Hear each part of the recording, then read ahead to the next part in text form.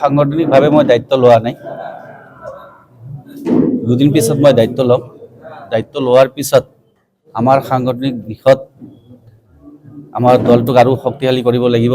আগন্তুক পঞ্চায়ত নিৰ্বাচন আছে, 26ত আকৌ আমাৰ বিধানসভা ইলেকশ্যন আছে। সেইকাৰণে গোটেইবোৰ চাই পেলাই আমাৰ সাংগঠনিক দৃষ্টিটো যাতে অধিক শক্তিশালী কৰিব পাৰোঁ, তাৰ কাৰণে সেইটো মোৰ দৃষ্টি থাকিব।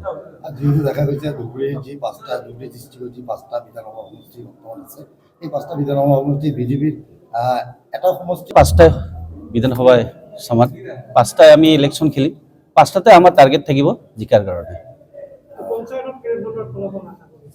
পঞ্চায়তে ভালেই ফলাফল আমি আগবঢ়াম, কিয়নো আপোনালোকে দেখা পাইছে দিল্লীত কেনেকুৱা ফল হৈছে। আমাৰ ধুবুৰীতো তেনেকুৱা আগন্তুক পঞ্চায়ত ইলেকশ্যন ভাল ফল হ'ব। প্ৰধানমন্ত্ৰী নৰেন্দ্ৰ মোদীয়ে কৈছে যে আপোনাৰ তেওঁৰ ৰাইজক আঁকোৱালি লোৱাৰ কাৰণে বিভিন্ন পন্থা লৈছে। আপুনি তেখেতৰ নীতি বা আদৰ্শৰ প্ৰতি কি ক'ব যে আজিৰ তাৰিখত?